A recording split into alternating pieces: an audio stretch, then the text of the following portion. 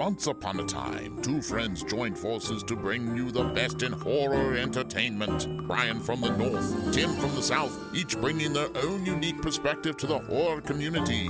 Movie reviews, Blu-ray releases, beer pairings, games, and more. Welcome to your new home for horror. This is Civil Gore. Hey there, everybody. Welcome to the Civil Gore Podcast. I'm your host, Tim.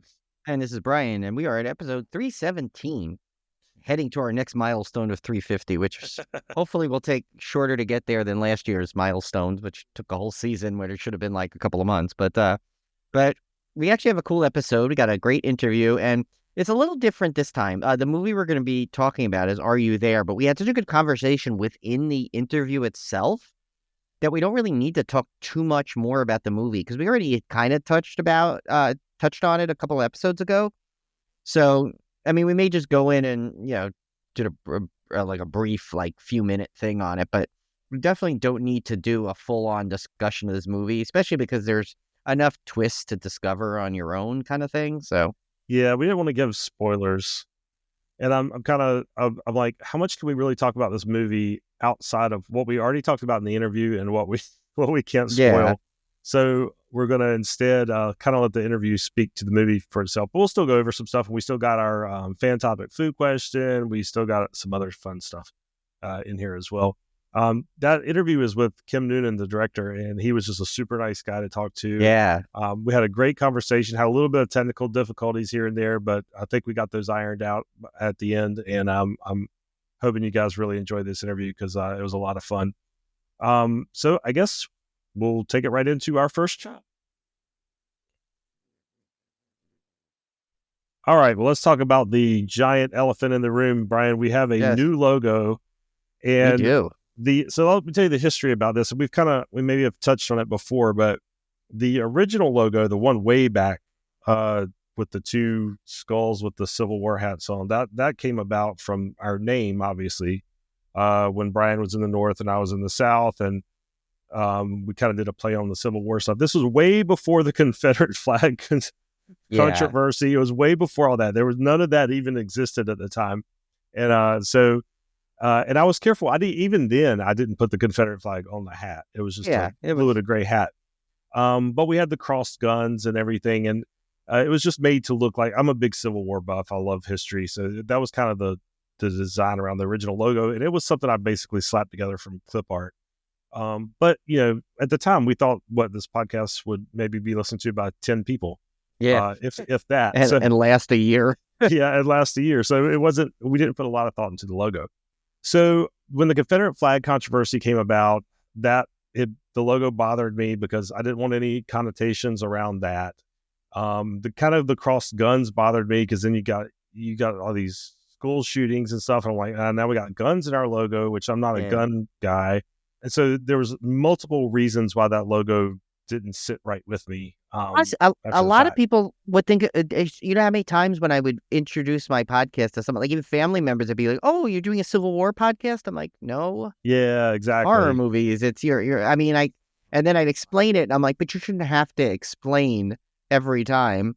Exactly. Yeah. You should be. Yeah. They may say like, "Oh, what do you do? How do you do the podcast?" And it's one thing to talk about our segments and what we feature on it, but to have to explain that it's our podcast right off the bat from the logo, that's a much lesser problematic situation, than the other version. But still, it's like, you don't want to have to sit there and do that all the time.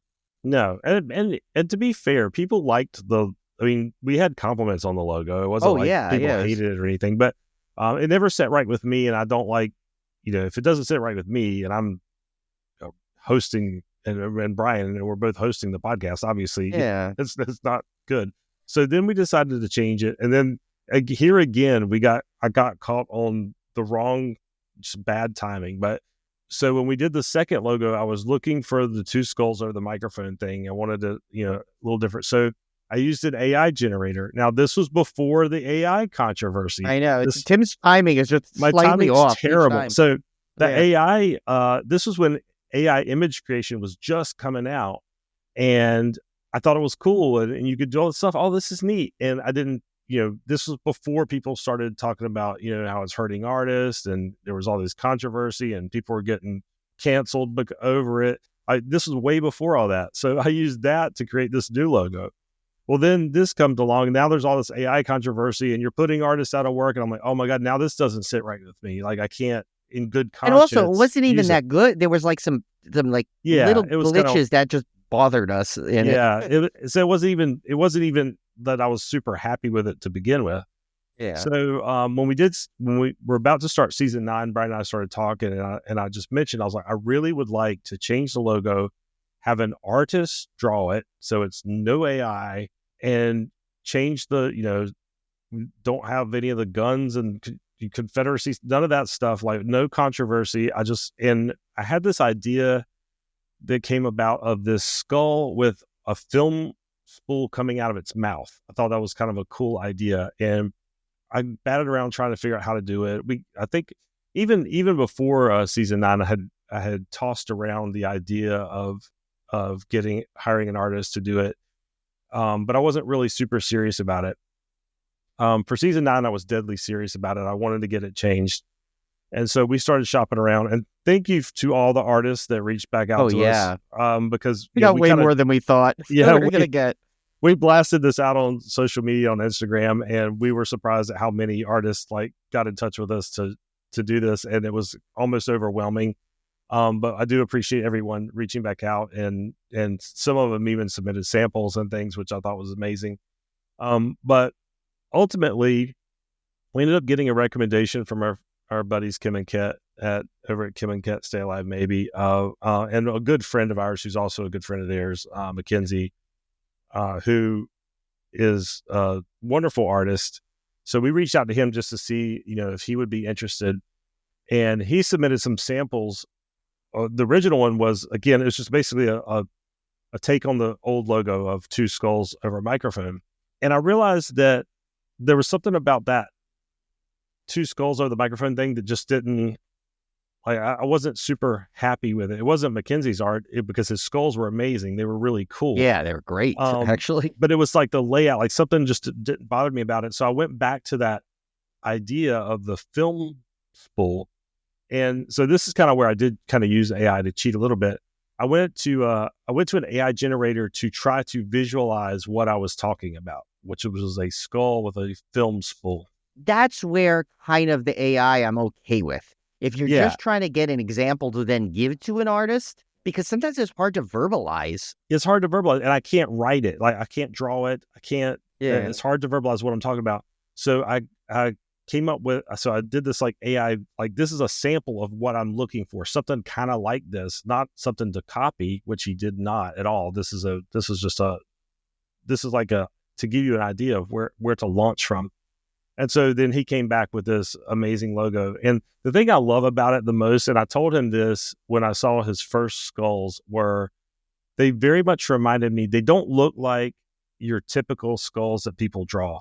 They have this gritty, 70s quality to them. I don't know how to describe it, which I absolutely love, because that's my, you guys that have listened to the podcast for a long time, that's my thing. 70s horror is my thing. And I just love these skulls. They look like Tombs of the Blind Dead. They reminded me of Cannibal Holocaust. They had this that weird, it's so hard to describe, but there's this weird creepiness of these 70s skeletons that I just absolutely love. And he nailed I like that. how one eye is really, really dark and vacuous.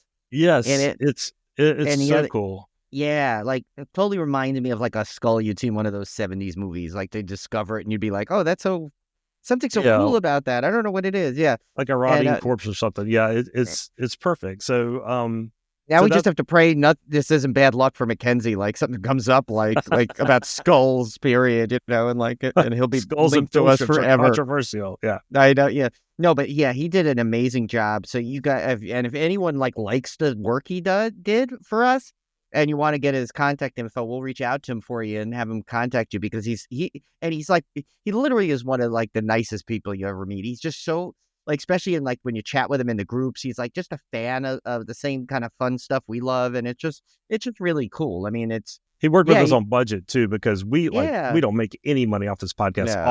No. All the money for this logo was coming out of our pockets. Yeah, and we were that's one of the reasons we had never gotten it shopped around before, because original art is expensive, and Yeah. rightfully so. These people are putting hours of their time into it. But we only had so much budget to spend on it, and he was really gracious in working with us on that. So that was awesome.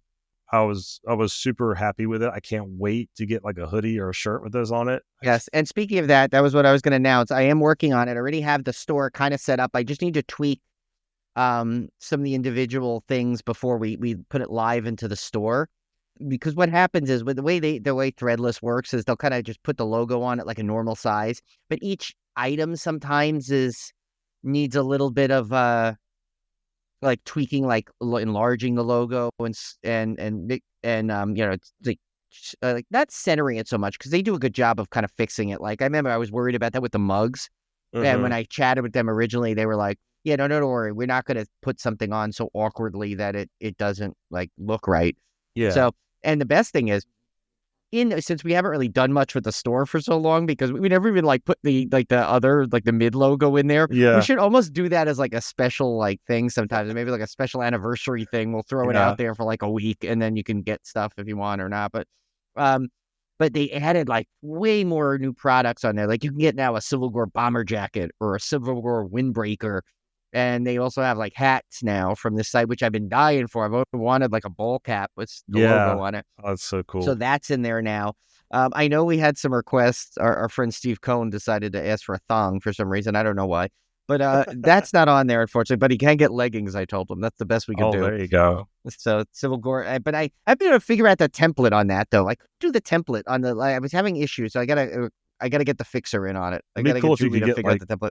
Civil War down each leg, and then have like the skulls on the knees or something. That's the thing. The way the template is, but I couldn't figure out like using the coral artwork that I have to put the logo in the template to then upload it again. So that's where I need to get the fixer in on that. But unfortunately, Cody, that means you need a new shower curtain. I know. But you don't want to have an old, out of date shower curtain. That would be bad. Yeah. You need to get an updated one. But yeah, the it's threadless cool stuff is the threadless stuff is good too. Like I'm wearing still my original logo shirt and sweatshirt. Yeah, I've still got my original Civil War shirts. I've got 2 of them that they're still perfectly fine. Logo still looks great. I've got my Civil War coffee mug that I still use all the time. I've got the hoodie, and I had the hoodie, and she outgrew it. That's the only reason she stopped wearing it. But logo still looks fantastic on that. So I have no qualms about paying for the threadless stuff. Like their stuff lasts even after multiple washings and stuff. I haven't had any issues. This was like my loud. It's finally got like a little hole in it after like 7 years. We started the store like 2 years into it, and you don't understand how much I used to wear this. Like this was like would throw my hoodie on, like my lounge around. Like, I mean, I have 2 ones that I wear out, like I'll wear out somewhere. But this one, it was the one I would like throw on, like literally to lounge around, especially when COVID hit. And like, you'd be working in your sweatpants. Like, I mean, this was my sweatshirt. So, and Julie already said she wants like another shirt. So like, we'll probably buy a bunch of her stuff. And Emily, what did Julie think of the logo? Did she like it? Oh, she loved it. Yeah, she said, "Oh, yeah, that's really good." So she liked it, and she was going to try and fix our other one, because it would have been like somewhat part AI, part artist bun. But she just, with timing and stuff, there's no way she'd have the time to dedicate to the way she wants. So I'm glad we went this route anyway. So this will be good though, because once we get this up and running in the store, I'll reach out. I basically took the other logo down off the store, so you can't even order anything anymore right now. Our store is kind of like blank if you go to it, but no one's gone to it in like 5 years anyways. Yeah, no, we need to worry about anyone going on and going, I think people will order this one because this logo is cool. Like, even if I don't care if you don't even listen to the podcast, like it's a cool looking logo. I'm just looking at it now too on our rundown. You know how we have it in the corner there, and I'm like, that really is cool because it, like, especially when it has the black box behind it, because there's this 3-dimensional look. Yeah, and how podcast is below. Like, he did such a good job even on the wording of it, and the red, the color scheme is still the same. The font is essentially kind of still the same. But it's just overall, Mackenzie did such an amazing job. So, so if you guys like what you saw, we'll get you in touch with him.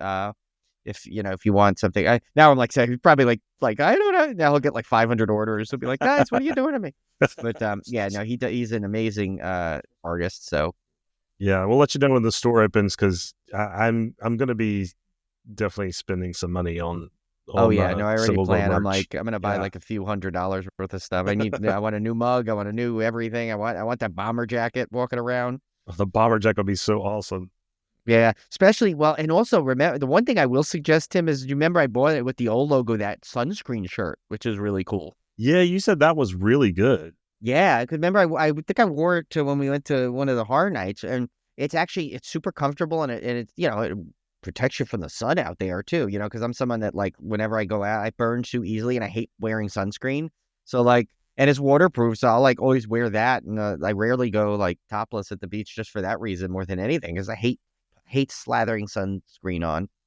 So if I can avoid it, the better. So I'd rather just put it on my face and like my legs. It's like. I hate when it's like on your back and like, Yeah. but I mean, if, Sydney Sweeney came and said, no, you really need to, I'll help put it on your back for you. Then maybe, or Micah Monroe, one of those, She might be able to twist your arm. Yeah. yeah, she might be, they might be able to get me to wear that. But, so yeah, my first chop's just a couple of things. I'll do the quick one first. So, of course, with the exciting news of Buffy the Vampire Slayer rebooting with Sarah Michelle Gellar, and now the real Buffy is back, unlike fake Buffy, Christy Swanson. And I'm gonna get all these people, but she's no, sorry, I have an issue with Christy Swanson. She is not the Buffy. I know she was first, but we know the real Buffy is Sarah Michelle Gellar. And she is delightful. Is she not Yes. delightful? Like She every is the time I've best. seen her do anything, any interview, any article, Yeah. she's delightful. Plus, she's more of a horror legend. She's done Yeah. horror films. I mean, the Grudge, and I Know What You Did Last Summer. And you know what? She loves the fans. And she even said, like, the first thing she did when she announced it was thanking the fans. She's like, "You guys brought this back." And she was protective over it too. Like she Yeah. was not going to do a Buffy reboot until it was right. Yeah, so I'm super excited for this, but as I shamefully admitted many a times, I've never watched the series. So that's what I'm going to do, and I think it's available on Hulu. It might even be on Disney Plus, I guess, too, if you have the combo. Yeah, all 7 seasons. So I'm going to start like a Buffy project of watching and trying to hopefully get through the whole thing. But I mean, I assume the new series won't be coming for at least a year, if not more. Well, that's funny you said that because we're going to be doing this project together because I'm doing a Buffy rewatch nice. project. Oh, you know what though? That's maybe we could incorporate that in then. We'll try and try and maybe not every episode per se, but like maybe like every like once a month we'll do a catch up to see where we are in it. Yeah, because I'm doing now. You may want to do this just because you may get a more complete story, but I'm doing the Angel rewatch along with it. So that's true. Yeah, that's a so after right? season 3, and I never finished Angel. That's kind of why I'm redoing this because I did watch all of Buffy, but I never finished Angel. So after season 3 of Buffy, Angel season 1 started, and then you started getting a few crossover episodes. And I found a really good watching order that lists the exact chronological way to watch all of Buffy and watch of Angel, which I can send to you. Yeah, and that's what I'm going by. And so, yeah, I mean, you don't have to worry about it until you get past season 3. Like season 3 of Buffy's all its own thing. And then when you hit season 4, that's when episodes start crossing over. So cool. I'll send that to you. We'll go through it. Am I crazy or was there a third show that somehow like linked it? Or am I imagining that? Like there wasn't another spin-off, was there anything? I don't. Was there like maybe a one-off special of something or that I'm thinking of? I remember someone telling me saying they watched Buffy, Angel, and something else. Unless it was just including it in. There were some undeveloped ones, but I don't think there was any. Oh, maybe that's what it was. Maybe they're just talking about like a rumored. Yeah, now there were some. There were definitely some. There was going to be a Spike spinoff. There was going to be a Willow spinoff. Maybe that's what I was thinking of. But I think you guys. I'm not a Buffy expert by any means. So if you guys think otherwise, let us know. But I think Angel was the only official spinoff they had. Oh, okay. Yeah. So maybe I just got confused. And like I said, since I didn't really watch it, I don't. I didn't know. But and I really want to read the comic series because the comics are considered canon after when they did the seasons of the comics after the TV series ended. Those are supposed to be. Do they have like an omnibus maybe of that? They do. They seem like I feel like they're out of print or harder to find now. That's the problem. have to I'll go have to to my look comic around. store. I love my new Yeah. comic store that I found. I say it's new. It's new, not new to the world. It's new to me. But this cool place, Elusive Comics. I love it because you would love this place, Tim, because not only, first of all, it's in a massive location. They have basically products for every, and it's female owned, which I love too. It's female owned business, and they basically have something for every age group. They have like kids puzzles there, and like younger things. So like, and they have like a lot of horror stuff, and they have a cool comic section. They have a whole gaming section, and there's a whole big area if you want to play games in the back. For like Oh, like. cool. Yeah, so it's like a massive store, and it's so great. Like I went in, I've been starting a new Creep Show series, and somehow I missed I think issue 3 and 4 or something like that, or 4 and 5. I don't know. I missed 2 in there, and they ordered me one already for the new one to Oh, come. cool. So yeah, and they're awesome. I remember I discovered them a couple of years ago when I was just visiting, and then I'm like, I gotta find a comic store. My brother-in-law here was like, well, remember there's Elusive, and I'm like, oh my God, I totally forgot because they moved. And they're in this huge location now.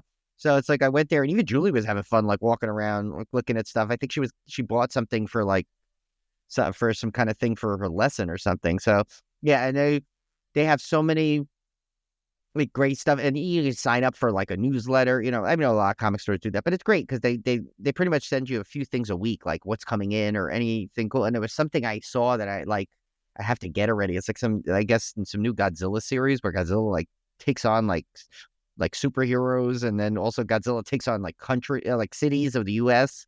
I saw like a new Oh, cool. series.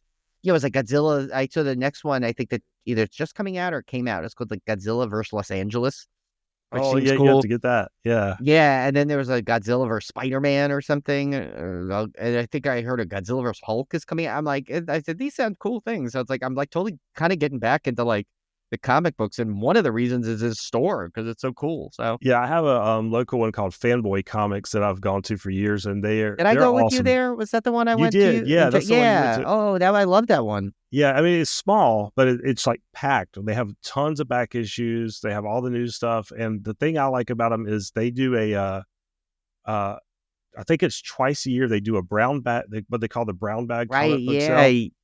I always And get jealous when I see you do go there. yeah, so for you guys that don't know, I may have mentioned it on the show before, but basically you pay $20 and they give you a brown, like not a grocery bag size, but maybe like a brown bag you would put comics in, obviously. Yeah.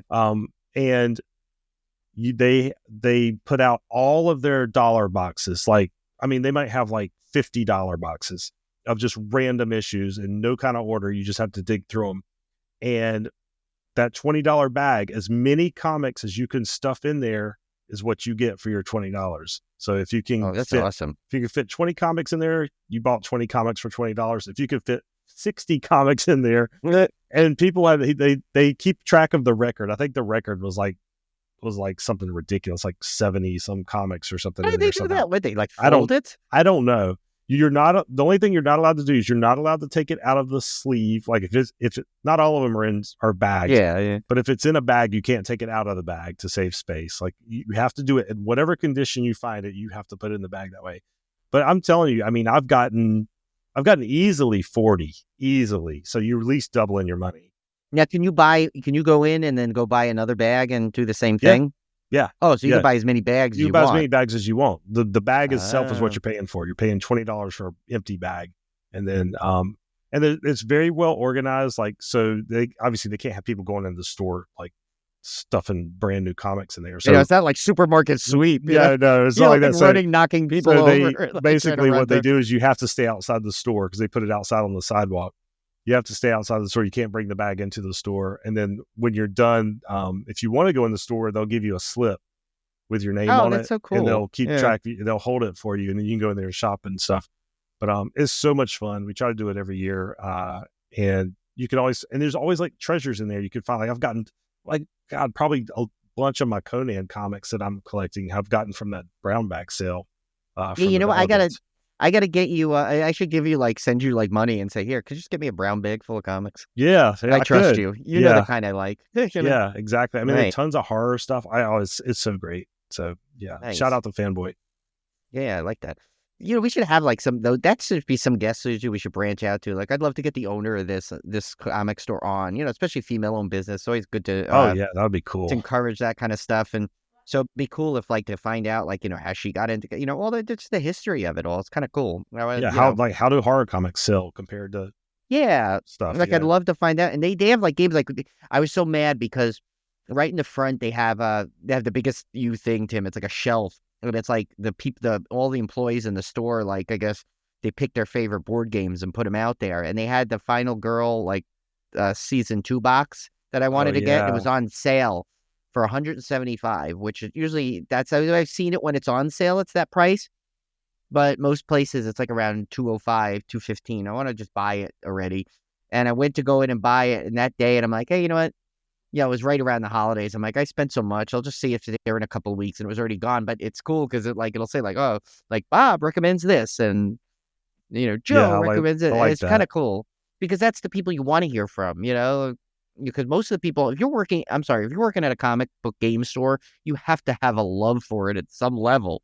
Yes. Because that's not jobs you usually seek out because if you don't like that stuff, that's got to be torture for you. It's like.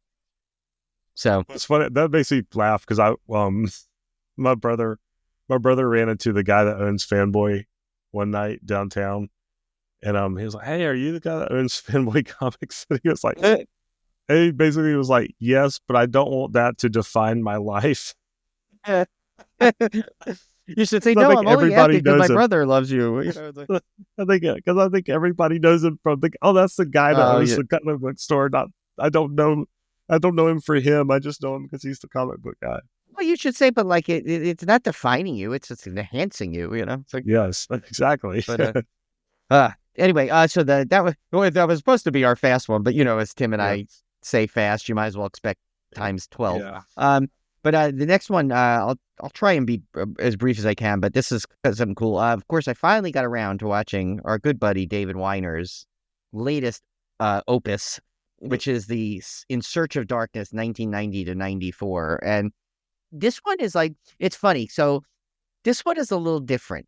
It hits a little different, not in a bad way, just different because you got to remember the 80s one, that's where like me and Tim's, our formative years were there. And that was when, it was like when like video stores were huge and horror was really like had its own really significant, definitely one of the most known styles, like because now you look back, you can tell an 80s horror movie from like 5 seconds in. It's like 90s, you can't tell sometimes if it's always 90s or 2000s always necessarily. But so this one is like, just emotionally this hits a little different because by this point, this was when horror movies were trying to like almost, and they kind of mentioned that where like in the beginning, I forgot who said it. I don't know. Like they have some good guess in there. Like I think it might have been Alex Winter now that I think about it.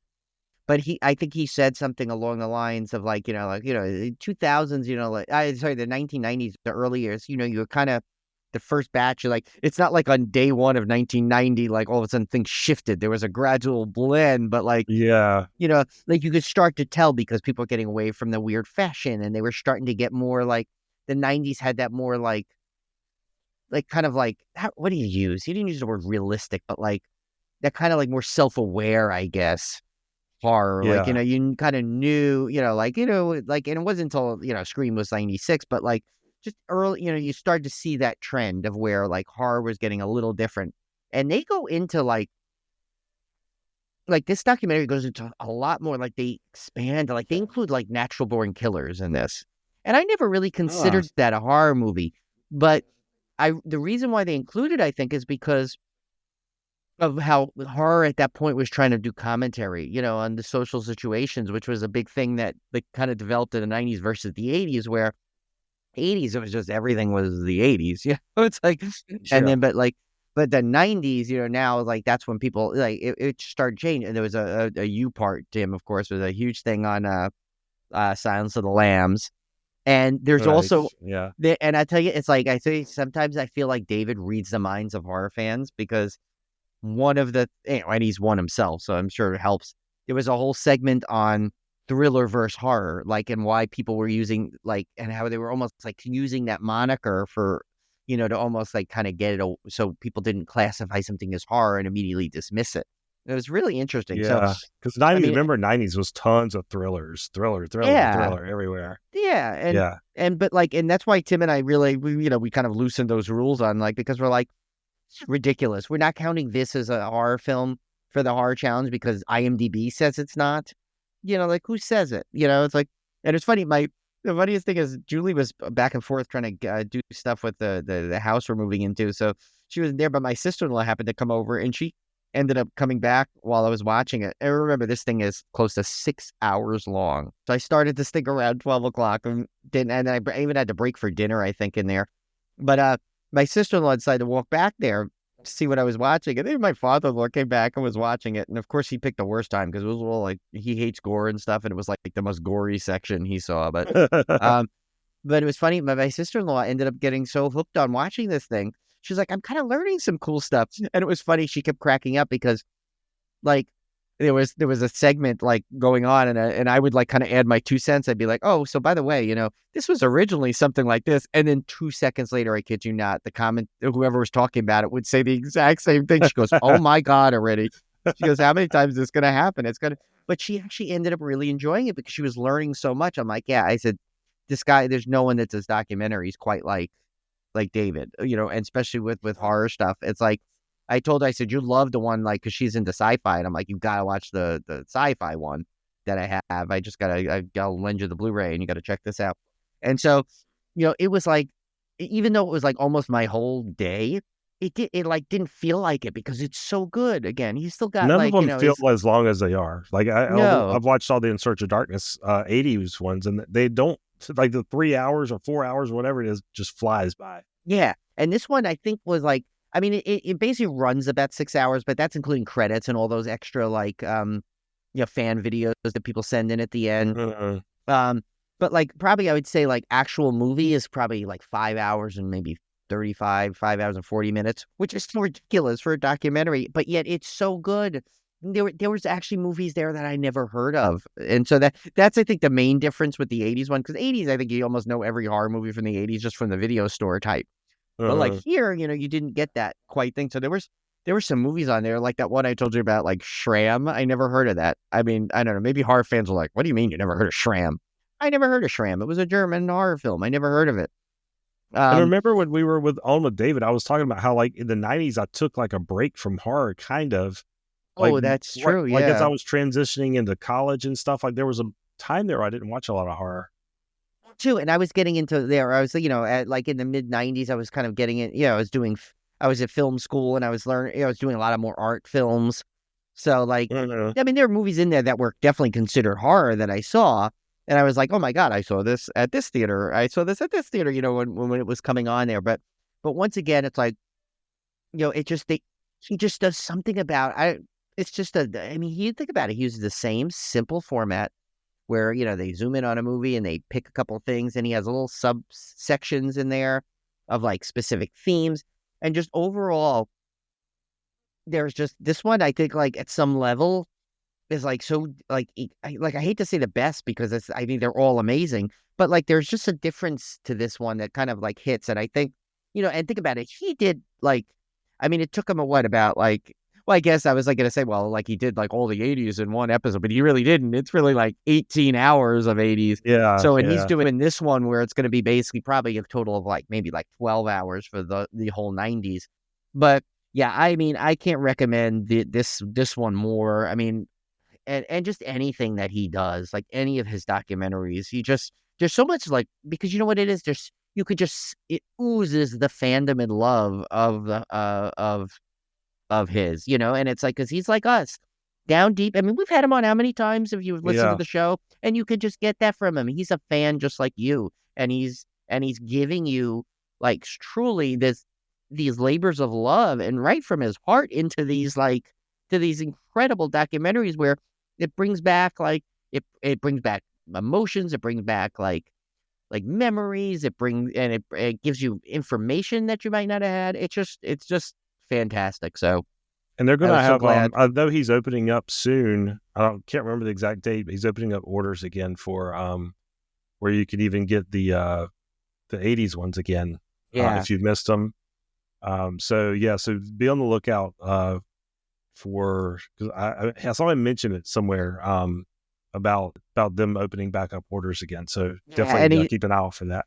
Yeah, and he's already in the early stages, of course, from 95 to 99, the sequel to this one, which that one I'll probably, like, I'm wondering if, like, because that one's going to have, like, Scream in it, and that's going to have, like, a lot more, like, you know, like iconic franchises that hit in that last half of the year. Yeah, that's going to be big.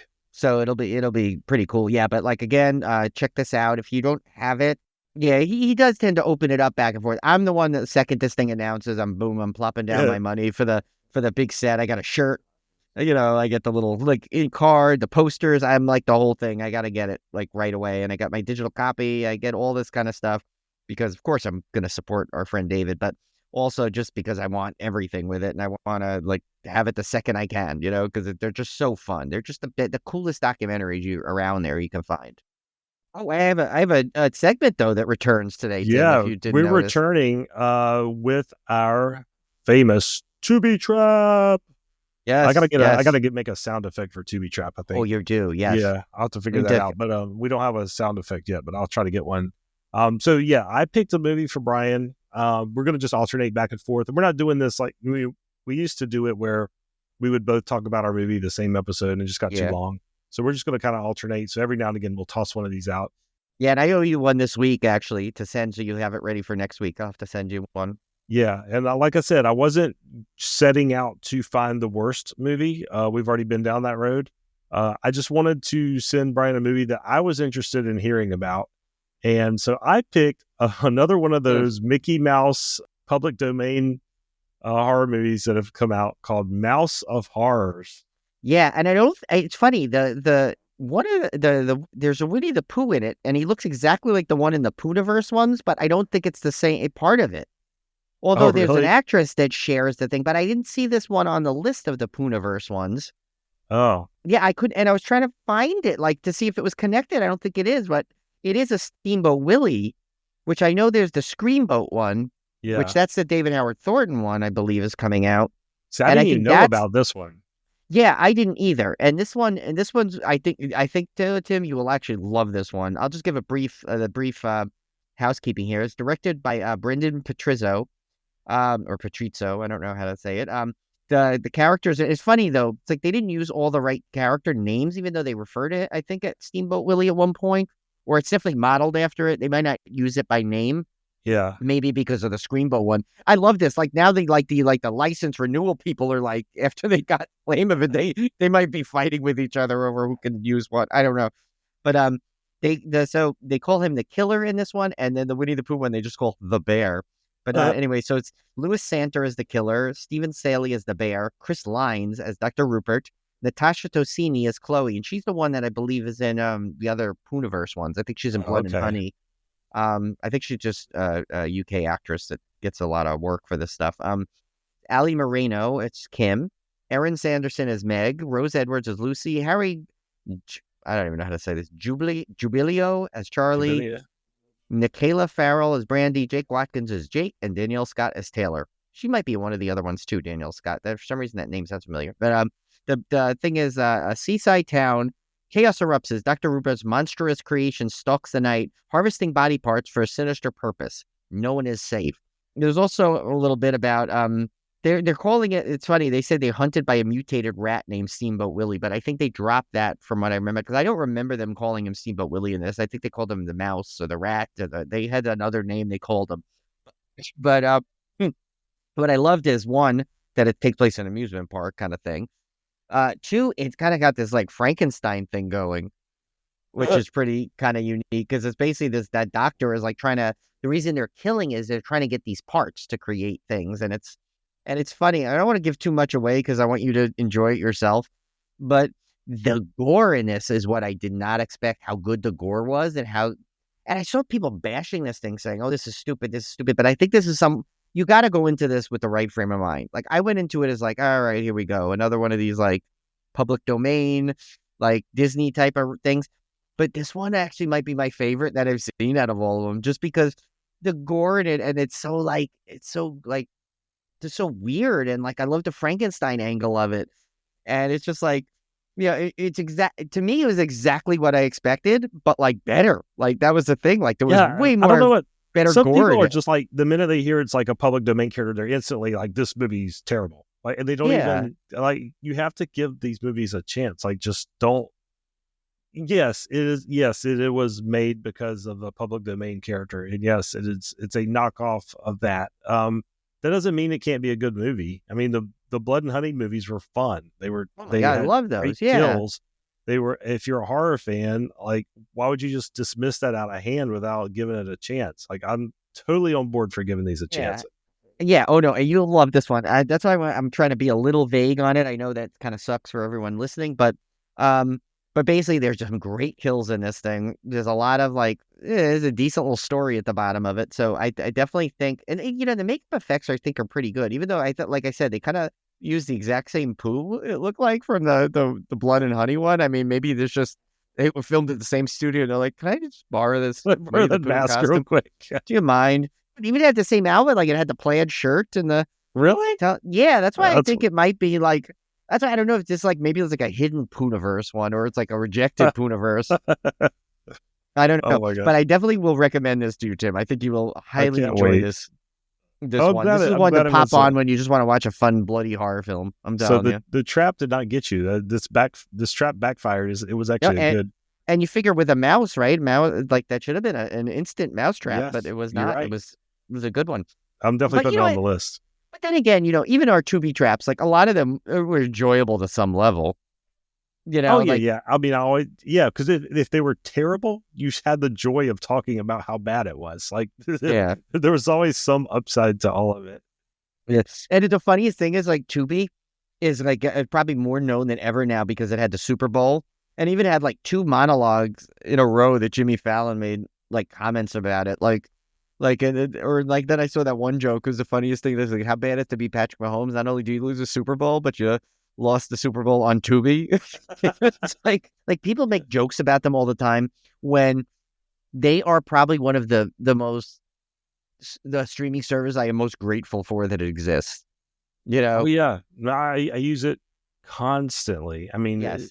Just the wealth of just weird stuff that you can find nowhere else, that you can't find anywhere else, and it's on TUBI. Yes. Like they're getting, I think I read they're getting an exclusive WWE show of some sort. Like it's almost like another level, like another level of wrestlers in there.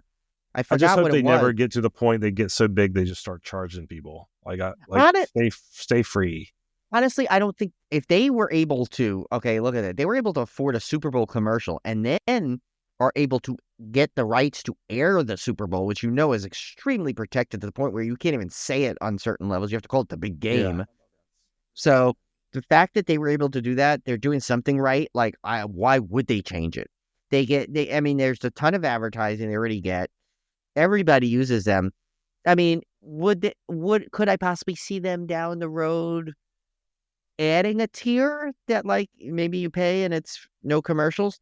But honestly, I'm fine with the commercials for that kind of like availability of what they have. I mean, they like I said, how many times have we've nicknamed them like the streaming service of requirement, where it's like, we mention a movie and it seems to be, so it's their algorithm is a little weird sometimes, but other than that, they have so much free content and like, I mean, I think I use them probably the most, more than any other service, like, and just because they're always something when you need something, they seem to always have a version of it. It's so crazy. All right. Well, I guess we'll do our interview first, yes. Brian, with Kim Noonan, who is the director of Are You There?, which is a movie we're going to talk about briefly afterwards. So we'll get right into it. This is a fantastic little conversation we had, and I think you guys are going to enjoy it. So here's our interview with director Kim Noonan. Hey there, everybody. So we recently checked out the awesome supernatural thriller, Are You There? And with us to talk about it tonight is director Kim Noonan. Welcome to the show. Hey, fellas. How you doing? Thank you so much for having me. Doing great. Yes. We were really excited. Yeah. We both love the film. But before we get into it, can you just introduce yourself and give us a little bit of background on how you got into the film industry? Yeah, sure. Well, in short, I was adopted from Vietnam, from America. And, excuse me, I was adopted from, Vietnam and brought here to America. And why I'm telling you this is because I'm a mixed transracial adoptee from Vietnam. And I had a biological Vietnamese sister who tracked me down, like in my probably mid or late 20s. And it just kind of threw me for a loop because I'd kind of grown up in an all-American family, thought I was white, and I'm mixed. So that made things a little more difficult and confusing for people who kind of surrounded around me in my community. And when she came into my life, it threw me for a loop, and I didn't feel like I had any sense or cultural identity to Vietnam. So I did a short film about it. And as a result of that short film, it got in a ton of film festivals, won a few awards. And I've just been doing short films, I was doing short films, God, for almost over a decade until I got the fortunate, luck to do a feature film before I did Are You There?, which we're going to be talking about today. Nice. Very cool. That's a cool story. Yeah. And so this is, if I'm correct, and correct me if I'm wrong, this is your second feature, and they're both horror films. So are you a big fan of horror? And if you are, what are some of your favorites? I figure we have to ask that, being a horror podcast. No problem. Totally understand. Okay, so when I was doing short films, I was doing mostly dramedies and just weird little quirky shorts that were doing well. So this was my first time moving into the horror space. And when I got my opportunity to do my first one, Nyctophobia, which was produced by the same producers that did this film, Are You There?, I started watching a lot of horror films, but I went back. I don't know how old you guys are. I'm a friggin' old man. So I went back and watched all the horror films that I love, because I just love films. But some of my favorite films were always like, Jaws. I don't know if that's considered horror. It should be. The Thing was always one of my favorites. Oh, yeah. But in preparation for this film, however, I was watching a lot of have you guys ever seen Saint Maud by Rose Glass? Yes. Oh, yeah. Yeah. That was So we watched, that was really good. That was one of the inspirations. Yeah. Donnie Darko, Repulsion by Stanislavski was really good. Not Stanislavski. Polanski, excuse me.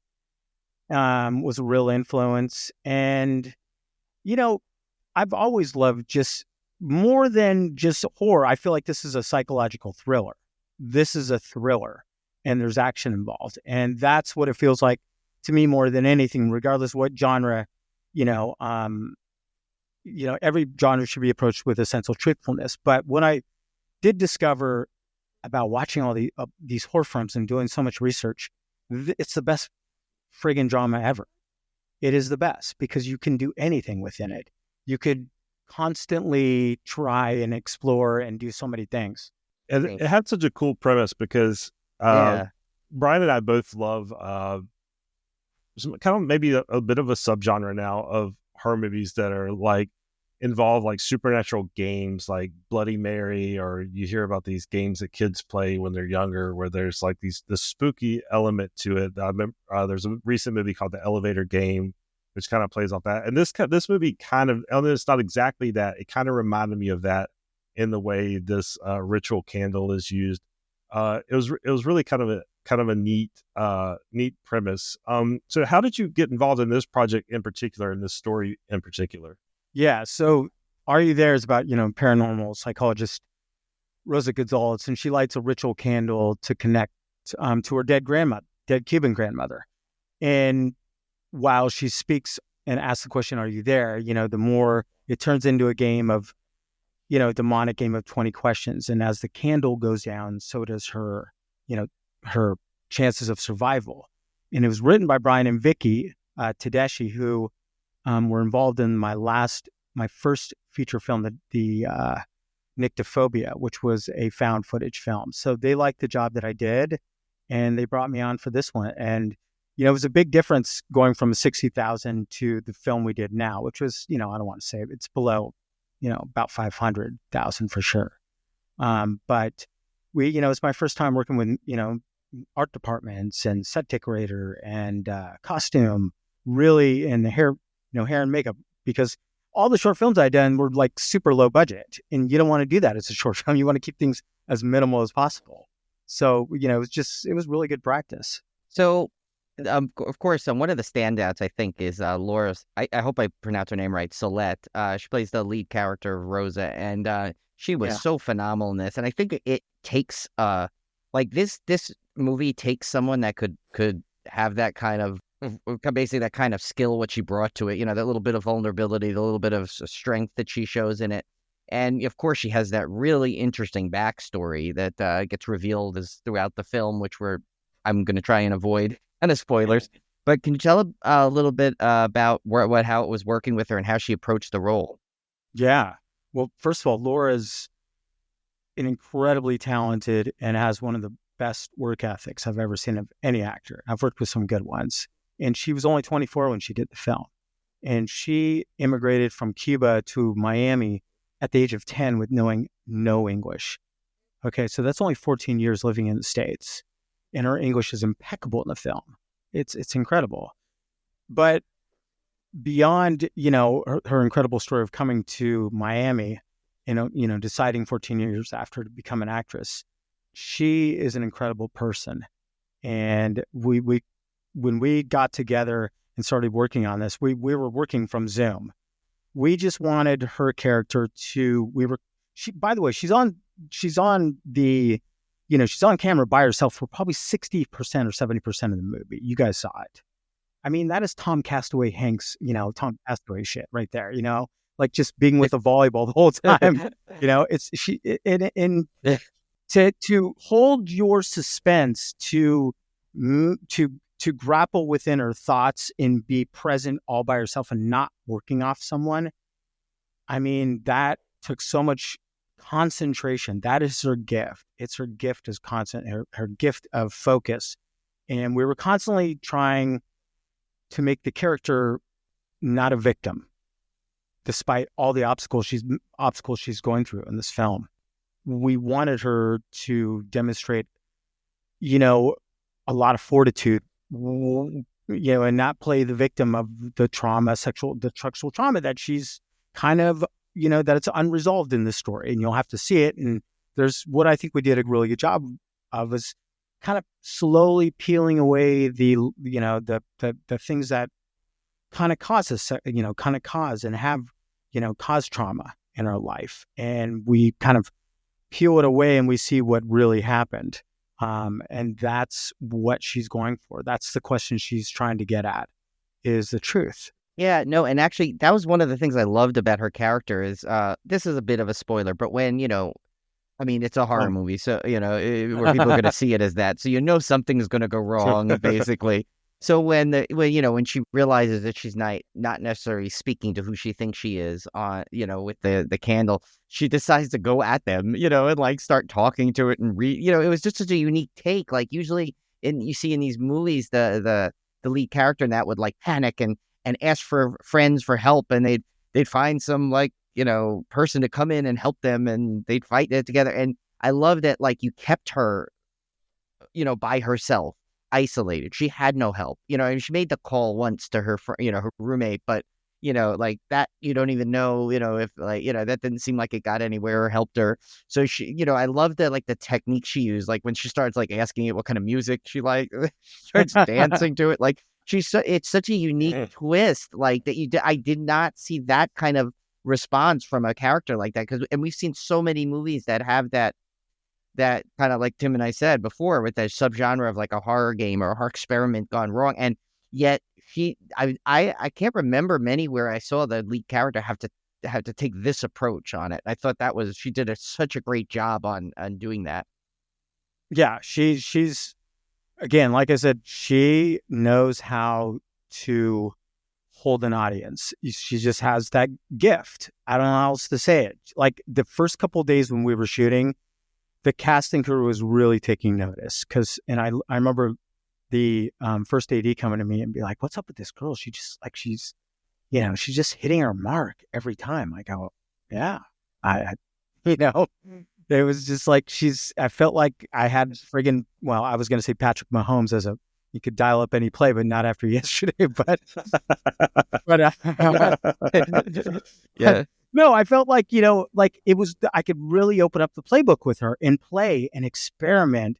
And that's what we were able to do in a film like this. Even though we had limited time, she is so open to trying different shit all the time because we always wanted to keep searching for what was interesting, what was better, and what can dial us in with true intention of what she was trying to do was get over the mental blocks of what was holding her back from feeling a sense of belonging and feeling like a sense of normalization in the world. Yeah, like you said, she's very isolated in this movie. A lot of the movie she's by herself, and the movie itself had a lot of like very dark sequences, very isolated, almost claustrophobic sequences. So, what can you kind of tell us about your approach as a director when you're trying to film these very isolated, very dark sequences?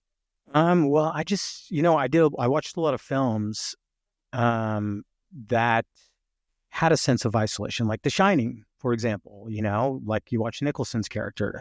I'm glad you guys brought that up because our cinematographer and, our director of photography, John Orphan, he and I really worked hard on creating a sense of isolation, but also like where she never feels like a sense of belonging, like where we feel like a sense of dread with every frame that she's in.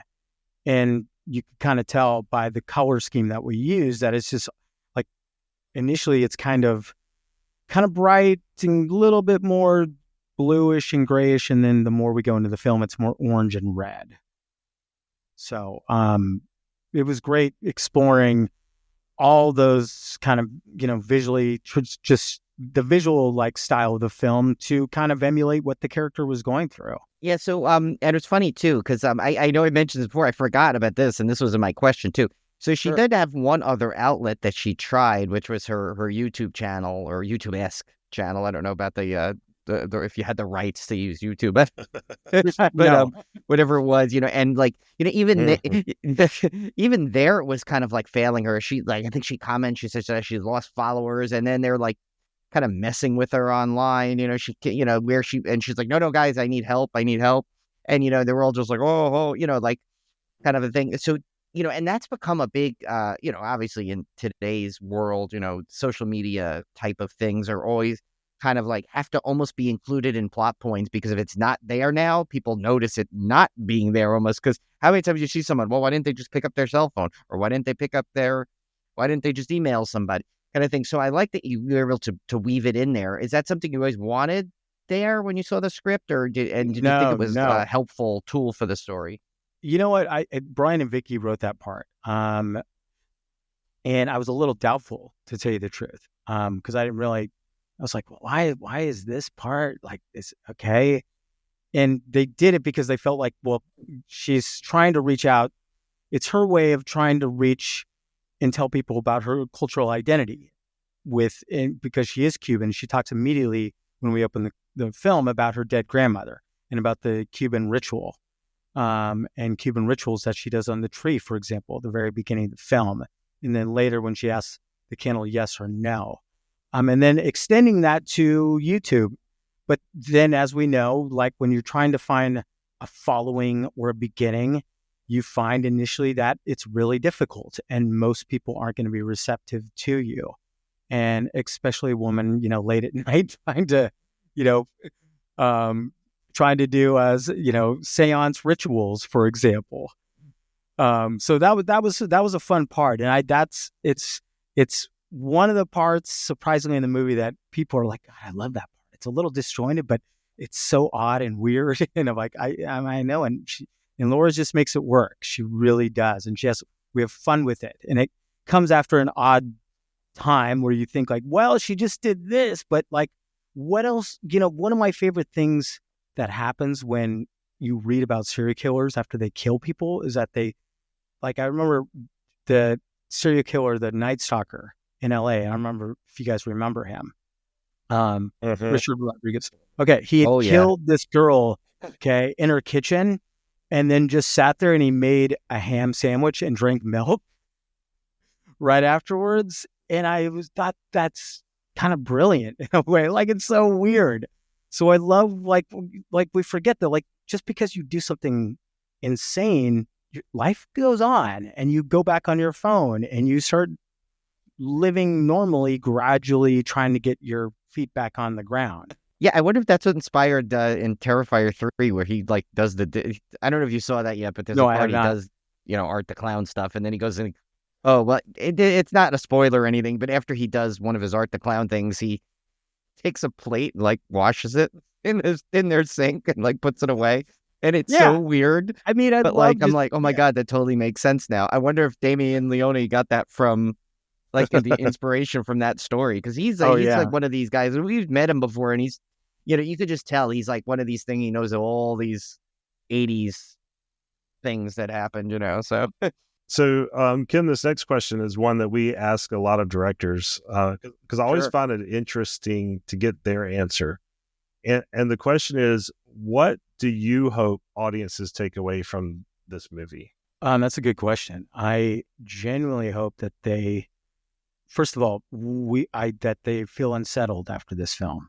They feel a little weird and uncomfortable after they walk away from this film, that it lingers with them. And that's one of the good things that I've heard, experienced. And so in addition to feeling that way, I want them to walk away and question their own unresolved trauma and question other people's unresolved trauma and how it works, because I still feel like it's such a mystery to us that we'll never kind of peg it down at all. I mean, I think if this film does anything kind of uniquely in a way, it goes in between sleep and dreams and actual reality and what's inside your head and what's out, what's in actual reality. Sometimes we confuse the two because we're more comfortable either in our heads because we don't want to deal with the reality outside, or, we're so comfortable, maybe we're not as comfortable on the outside and we're living in our heads to feel better. And we're making up an imaginary life to make it better. So that's what I think trauma does. I think that's what being disappointed does. Any kind of sense of failure, disappointment, or hurt does that, I think. There's definitely an unsettling feeling when this ends. So cool. I can tell you that you definitely succeeded on that front. Good. So I was going to ask you, so now that it's getting out there and reviewed, I mean, you heard our opinions, of course. But look, what are some of your other favorite ones or more notable reactions that you got that people like told you about, like said, hey, I thought it was this? Oh man. So first of all, like, we just premiered in LA and it was pretty nerve-wracking because I brought, like, I don't know if you guys do any writing or filmmaking, but like I brought the people that I'd been doing all my projects with that have been very critical and are the people I go to who I feel not so much that I feel safe with, but I had earned my trust as people who give me feedback and give me constructive criticism with my work since I've been doing this for 10 years. So they were all there. And they did not see the ending coming.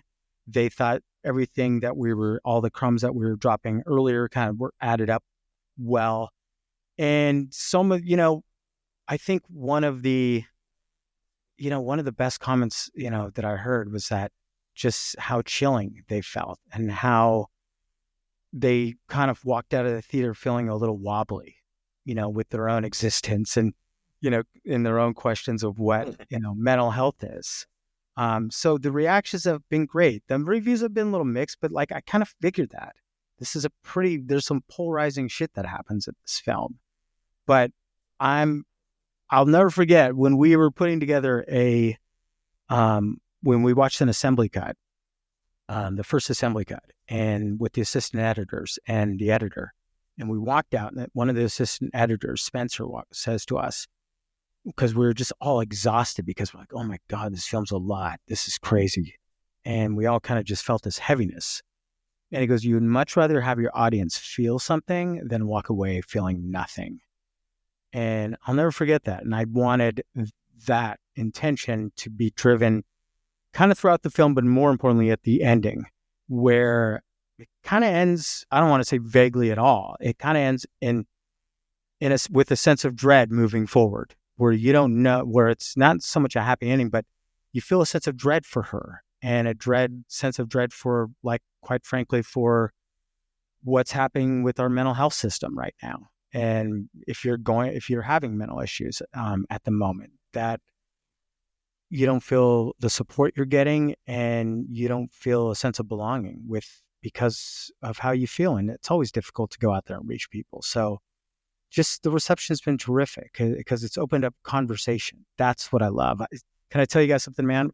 We played, have you guys ever heard of the Vlemley Theater in LA? Probably, maybe not. It's an art house theater.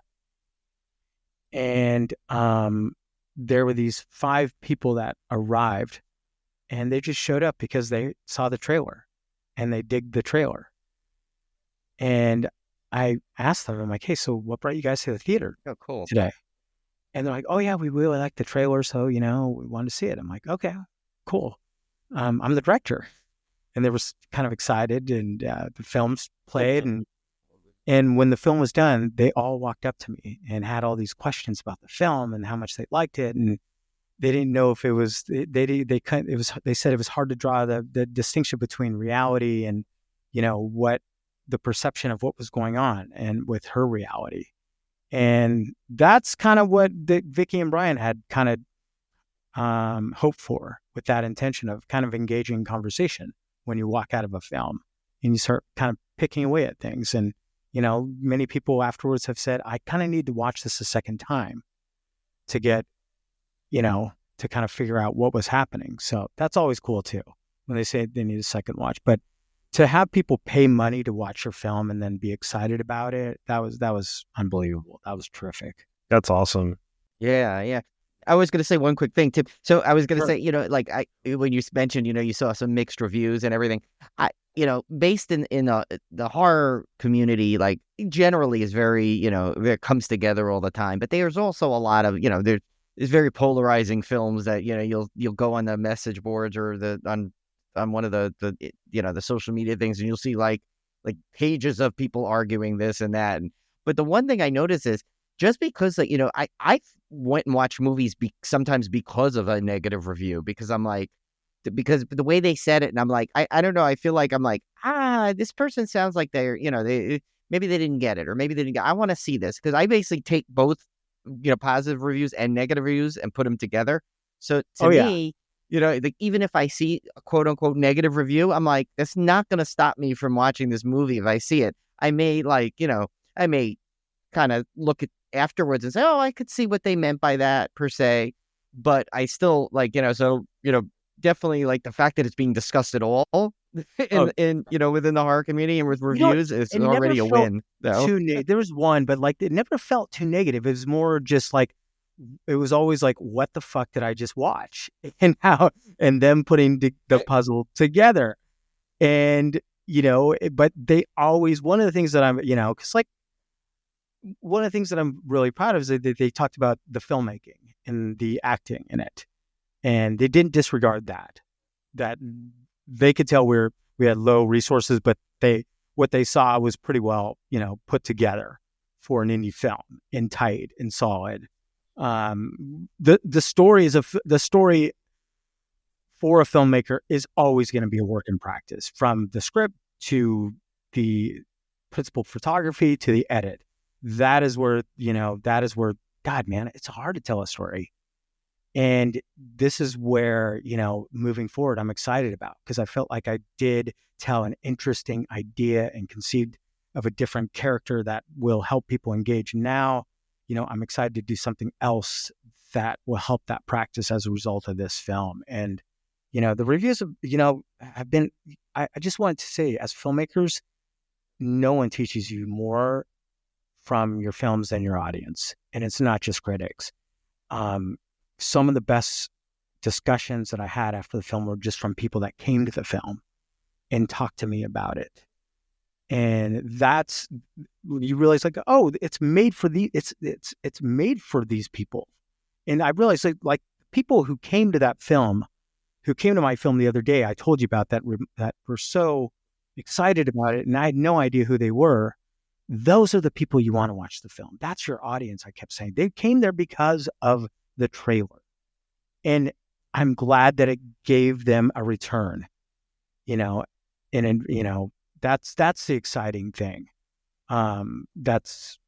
It's could not have asked for a better reception, because I was hanging out at the screenings all week and all weekend, going to all the screenings during the day, late at night. And when people are there that you do not know, and when they come and pay their hard-earned money, and you get to talk to them afterwards because you're the director and you do a Q&A afterwards, and it's super cool because they feel part of that community, like you guys know of, you know, that love horror, that love talking about cinema.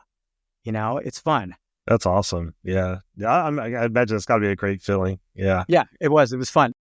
Well, that kind of leads right into my next question, because we're obviously excited to hear about what your next project's going to be. Do you have anything kind of in the works that you can talk about? Yeah. Well, first of all, I do want to say though, part of the exciting thing was, in addition to seeing those people in the theater, the film, with hardly any budget, was ranked on Apple's top list of horror films at number 12 over the weekend. And then we're currently sitting at 17. It's crazy. We're above The Shining. How does that happen? So it's awesome. So in regards to films that I'm working on, I'm writing a film inspired by the truck stop killer. And I don't know if you guys have ever heard of his name.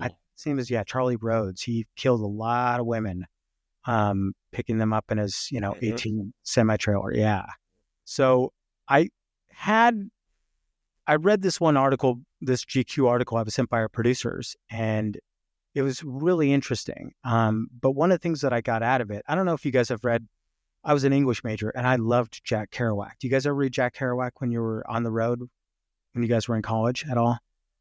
I'm familiar with it. I don't think I've ever read it. Yeah. So like back in the 40s, 50s, the beatnik era was huge with Allen Ginsberg, William Burroughs, and Jack Kerouac. And one of the things I thought was interesting that this woman in this GQ article was saying, like, well, she loved all those guys, but you, as a woman, you can't just be hitchhiking like those guys were all the time. So I just thought of this idea of like, oh, it would be great to see a woman kind of like inspired by Kerouac, because there were a lot of them that wanted adventure, that wanted to, live with Neil Cassidy, which was a big character that lived life to the fullest. But things go south, when she's picked up by, by one of the truck drivers. And it's got a cool twist to it, for sure, because, everyone, I love films where the killer has a plan and then shit goes awry with the plan that they have. And then somehow the protagonist and antagonist have to work things out. It's almost like, Pulp Fiction with Bruce Willis and, Marcellus get caught up with with the guy in the basement. Like they have to work through, that out, just, a moment out together. I just love movies. I love those moments in cinema. So working on that right now in an action film. That sounds amazing, because I'm a true crime nut. So I love, that's like, it's right up my alley for that kind of stuff. Yeah. I love that the guy's name is Rhodes. What is his name? Charlie Rhodes? Is that it? I don't know if it is. I'm like, that's like so ironic. The guy's name's Rhodes and he like travels in a truck, like, and goes after people. Yeah, I think it's like a slasher named like Bob Knife, or something. Great Bobby Knight on the brink. Yeah. Oh, here he goes. Robert Rhodes. It's Robert Rhodes. Excuse me. Yeah, excuse me. He, damn. People just, if you're on the podcast, just Google him and you could read all about him. He'll keep you up at night. Yeah, I definitely will. So, so to finish it off, real quick. So where is, Are You There available? I know you said iTunes and I saw it on there. Where else is it available for everyone to watch?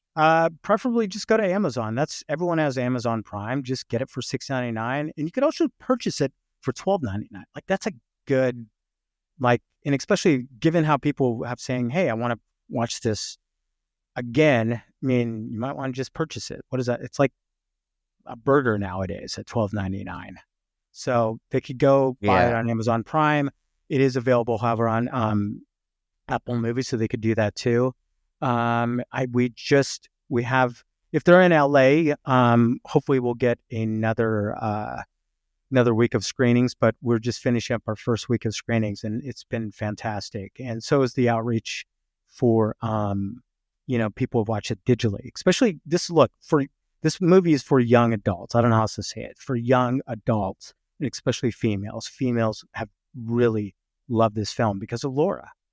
That's a lot of it. A lot of it's because of Laura, and that we don't understand what the issues in regards to sexual trauma that women go through, I think, and what it does to your mind, quite frankly. And that's what this film explores, and women seem to gravitate to these ideas and themes in the film. So I'm really proud of it, and I hope women will talk it out somehow and engage with it online somehow. So that would be cool.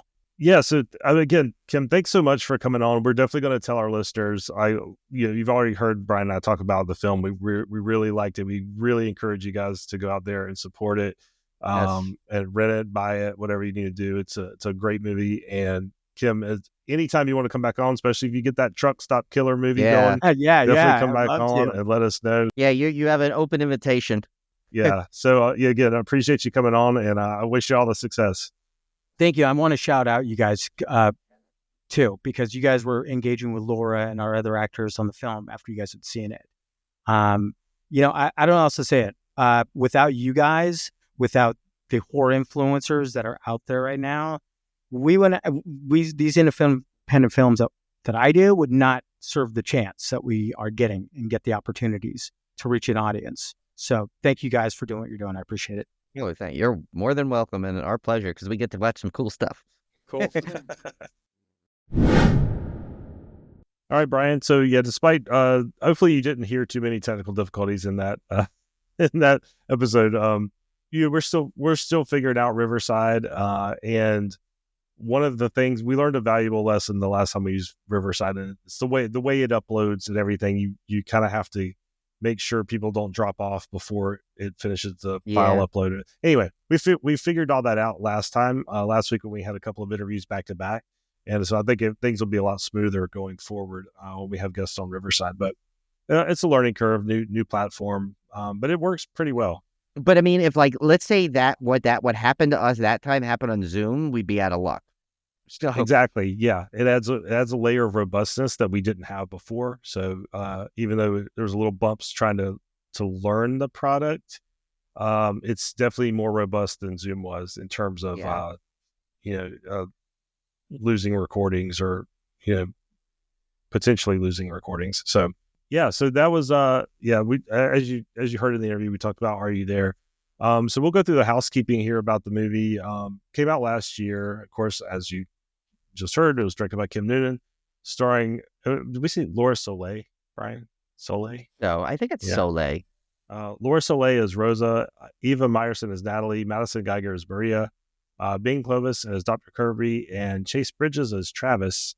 A paranormal psych student's ritual candle starts a deadly game of 20 questions. As wax strips away, she races to survive, learning some mysteries should stay buried.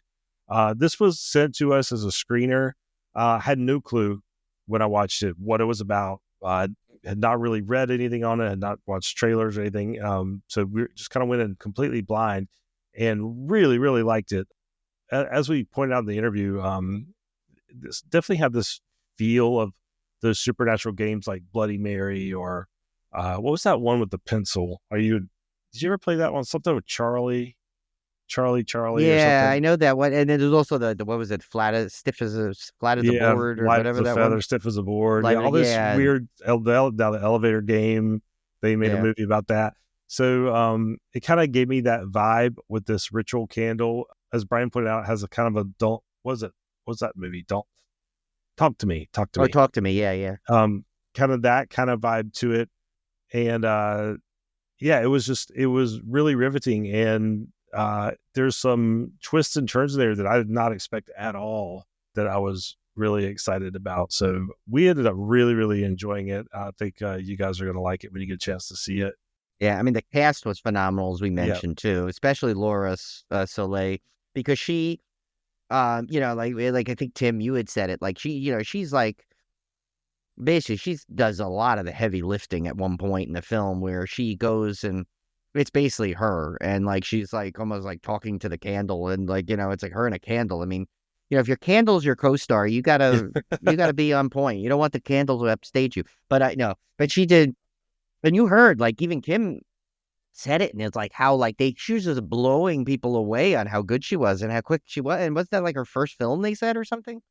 Yeah, it was. Yeah, I can't remember exactly what because we're recording this obviously well after this the part interview, is after the interview. and I haven't re-listened to it recently, but yeah, and she was riveting every time she was on screen. She was riveting. It was a fantastic performance, and had enough twists and turns and spookiness. So I think you guys are really gonna like it. Yeah, I highly recommend it. It's completely available on all the your different platforms where you might get you want to get a VOD movie.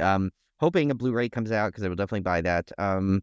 But yeah, so definitely check that out. Are you there? I know I've seen it. Like, and he said it was already like climbing the charts on one of them, which is good. So yeah, and I'm looking forward to his new projects that are coming. Yeah. That he's working on. He has some really cool stuff, as you guys heard in the interview. So I'm Yeah. definitely going to be tracking down anything that Kim does because we really love this one. Yeah, and he was you could tell he's just kind of like what I said about Dave. There's a certain filmmakers you could tell just love their craft so much because they're fans first, and like really stands out. And he was definitely one. I got that vibe from him right away. He was like how and he's someone I could see coming back on pretty much every time he's got a new movie. So yeah, I want him to come definitely. on I hope so. He was fun to talk to. Yeah, I don't think you can downplay the importance of authenticity when it comes to loving what you do. Like loving like every like really successful anything, whether it's a podcast or a movie or music, anything, you can tell the people that love what they do and the people that are pretending to, they're trying to make money, or something, or they're in it to try to make money or something. It's so obvious when that passion shines through. You could just sense it. You could just pick up on it. So I love talking to even like the ES Productions guys. I mean, those guys loved what they did, and it was, and they're just so starting. So I can't wait to see like all their big stuff that's coming their way. I mean, that's just fun. That's just really fun. So yeah, like I said, it's hard for us to talk about the movie because we're not going to give spoilers. We want you guys to go out there and see it, and we talked about the performances, everything in the interview. So I hope you guys really loved that interview. Again, really thank Kim for coming on. Always exciting to talk to directors, especially after we just watched the movie. You just watch a movie and then get to talk to the director or talk to a cast member. That's just the coolest thing in the world. I love that. So we're really grateful whenever anybody has time to come on and talk to us. So Brian, what did you have for your beer pairing for Are You There? So this was a tough beer pairing, actually. I had because I was trying to find something that, kind of captured the film, which doesn't really, there's not really beer about this kind of like a kind of activity, so to speak. At least that one that I can't find. I don't know. Maybe there's one buried in there at some really tiny craft brewery, but I found one that I think fits. This one, it was called Spooky Spice. Oh, I like that. And it was from Night Shift Brewing, which I liked that part a bit too, because, since she's home alone and at nighttime she's all by herself kind of doing this ritual. So I figured, okay, that's pretty good. And this one's in Everett, Massachusetts. I've had some of their beer before too, and they make a good beer. This one is this 7.2% ABV, and it's basically a scary, awesome candy stout that will satisfy your sweet tooth. Spooky Spice is inspired by your favorite treats with notes of vanilla, cinnamon, caramel, and peanut butter. Oh my gosh, that sounds good. I know. That sounds like I bet Halloween Olivia beer. would like that one, right? Olivia probably like that. She would love that. Yeah, that sounds cool.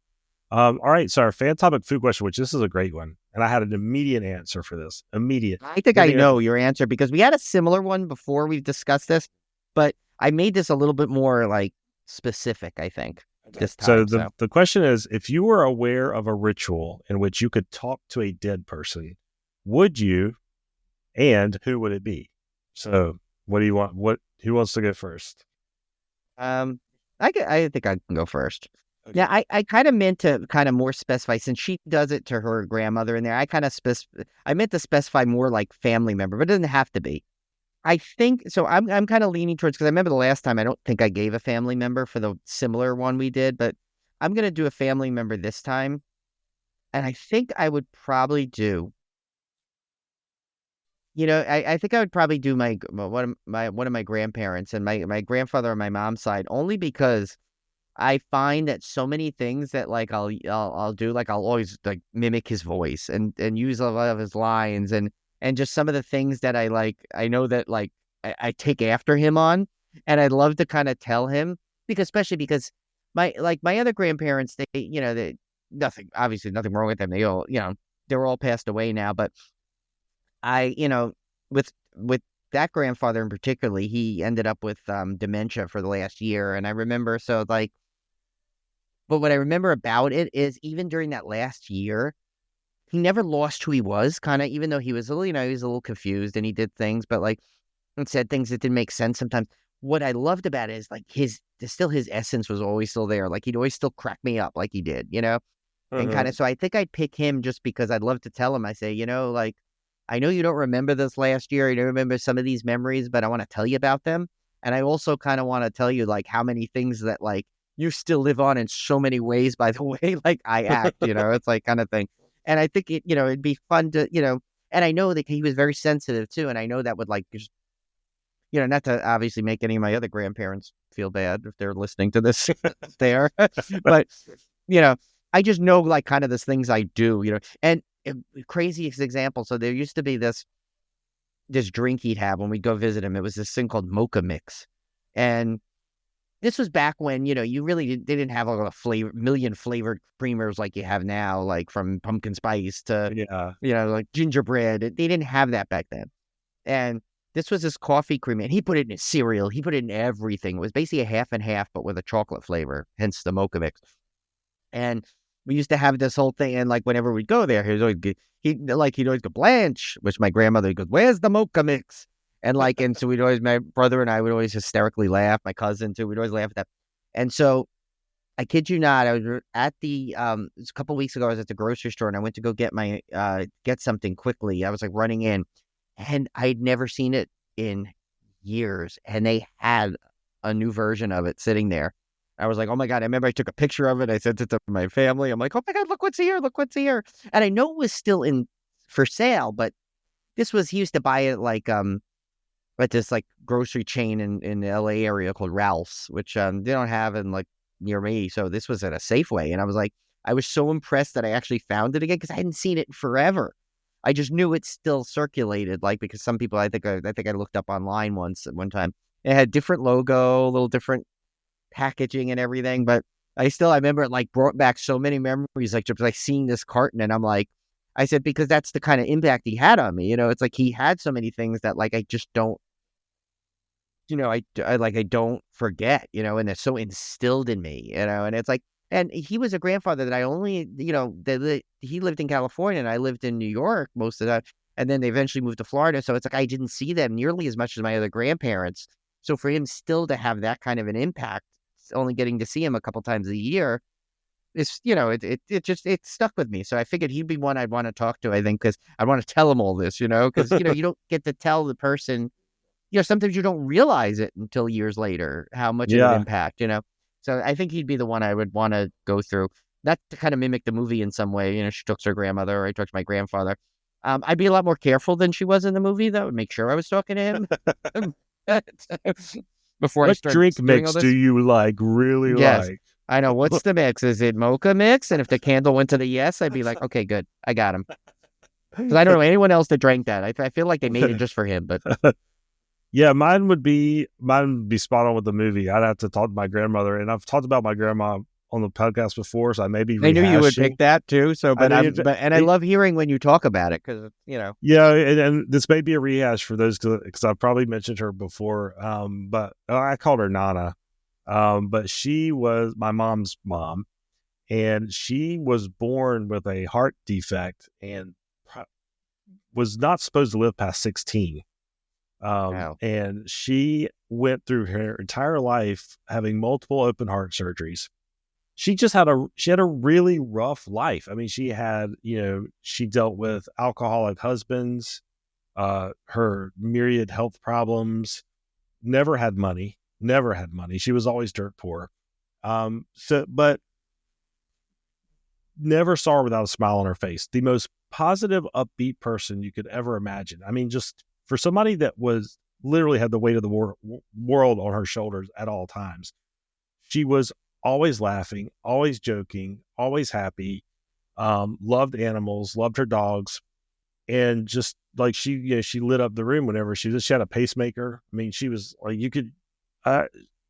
she was like a walking miracle. I mean, she should have been alive, as many issues as she had. But she was a lot of fun, and she's really where I got a lot of my love for horror movies from, because she'd always say she would babysit us from time to time, and she lived out of state. So it was another one of those situations like yours, Brian, where I didn't get to see her as often as, but when she did come down, and she would babysit, she would always be like, okay, we're going to stay up all night. We're going to stay up all night long. And I didn't realize until years later, after I was grown, that she was doing that to get us to go to sleep, because she knew kids couldn't stay up all night long. Yeah. And if she tried to get us to go to bed, we'd fight it. But if she told us we're going to stay up all night long, we would crash. But she would always say, Tim, go find us a scary movie to watch. And we'd flip through the channels looking for a horror movie, because she loved horror movies. She loved scary movies. She loved scary books. She loved horror books. That's awesome. She had dentures, and she would poke her dentures out and scare us, like poke her teeth out and scare us with them. That's funny. My grandfather had dentures too. They would always come out with them. Yeah, stuff. she would do it on purpose and scare you. So much fun. And she loved to read. She always carried around a big jug of tea that was like a big thermos full of tea. Like she drug it around everywhere. But one of my favorite memories of her was, this is when I was older. I was in my teens at the time, and we used to go to this old used bookstore, and you could trade in books for credit. So you could trade in books you didn't want and get credit for books that you did want, like paperbacks. And so I said, Nana, what we should do is we should go to Goodwill and buy up all the books that we can get, and then we go trade those in to get books that we want. And I was like, then we don't have to spend a lot of money. We could spend, we're going to spend 25 cents a book, and we might get like $1.50 credit. And she was like, oh my gosh, that's a brilliant idea. So she said, let's see if it works. So we went to the Goodwill, and we bought all these books we knew that the used bookstore would take for credit, even though we didn't want them. And we brought them in, and we got like $50 worth of credit or something off of $5 worth of books. I love it. You had like the ultimate shopping hack, early on. She was so excited. You would have thought I had figured out the cure for cancer, or I had figured out rocket science. She thought that was the most brilliant thing she'd ever seen in her life. She was so excited. She ended up with a whole we brought in a garbage bag full of books, and she comes out with stacks of books. She was so excited. She's so happy. Still one of my favorite memories. But she'd always told me, because we talk about that. She's a very strong Christian woman, very, very faithful. But we talk about the afterlife and stuff. But she always told me, she said, if I die and I can come back, I'm going to come back and haunt you. And I said, well, you got to promise to do that. She never did that. But maybe she did in her own way, Maybe in her own way. I would love to, but that's who I would talk to. I would call her up and be like, all right, Nana, give me the scoop, because she'd tell me the truth. Give me the scoop on what's on the other side. And she's one of those family members that pass that, sometimes you think of family members that pass and you're like really sad, or you're really, you think about it and it brings a tear to your eye. But I swear, every time I think about Nana, it just brings a smile to my face. That's how she lit up the room. So even with her gone, it kind of, when I think back about her, it's always like it's always a happy memory. It's never a sadness or anything that she's gone. It's just like this, it was awesome that she was part of my life for, that period of time. So, super cool. That says something though, because of course, there's some sadness when the person's not with you anymore, but if the memory of them instantly when they're gone is happiness, in like that way, not like, oh Yeah. God, that person was awful. Thank God they're gone. Yeah. But you know what I mean? It's like in that whole thing where your first memory of them is all these like these things where like that, like you remember more about the way they lived than the way they died. That's always such a win if you think about it, because like, it's like, I mean, honestly, all my grandparents are like that too. It's like, I mean, they gave me such good memories and gave me so much happiness over the years. It's like, it's like, what more could I ask for? It's like they did all that you could ever ask for someone in your life to do, is to, to give you good memories, make you happy, be there for you when you need them. So it's like, now that they've done that, like they deserve their rest and wherever they are, and it's kind of like, there's that line. I know this is going to sound so weird and like to quote, but like that line, and it was Casper. And I'm not going to get it perfectly, but like when he goes like, I need my unfinished, he goes, you guys love me so much while I'm alive, I had no unfinished business. It's kind of like, I kind of look at that too. It's like, it's like when someone is around you so long and, you're kind of like, you're okay with them being gone, because, especially ones that lived long lives, like all my grandparents lived to their 80s. You can't get most kids are not that lucky. Most people are not that lucky to have grandparents that long. Yeah. And so it's like, the way I look at it is like, they gave so much of themselves in life. They don't, there's nothing they probably regretted being gone, it's like, so. Yeah. So, yeah, that was a good question. That was a good discussion. See, Kim Noonan, you made such a great film. You inspired such good, honest, heartfelt talk at the end there. Yeah. I love it.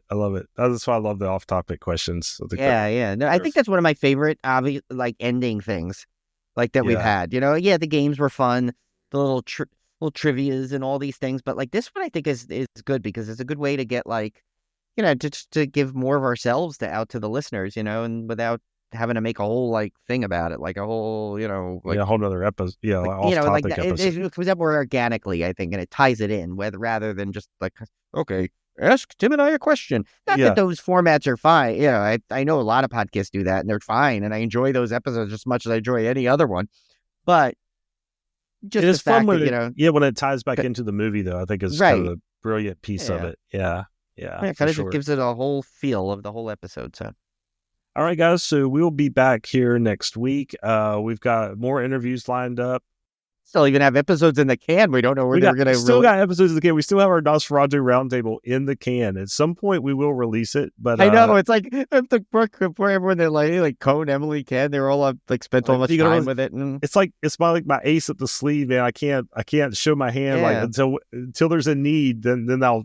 It's going to be that 1 week where Brian's traveling and I'm sick and something's happening, and I'm going to be like, but we got the Nosferatu Roundtable. Well, yeah, no, I know March may be really difficult coming up, because like I could see us having to use one there, because just for the fact that like, that's going to be when we're having stuff done under the house we're moving into, and it'll be going back and forth, and might do a little traveling in there and stuff. And I'm like, oh shoot, it's like, this stinks. And that's why I was like, tonight, where we could have easily just not recorded tonight and thrown one of those in there, because I was running out late. Like Julian had to like we went out and bought our couch, and I bought the TV that we're gonna.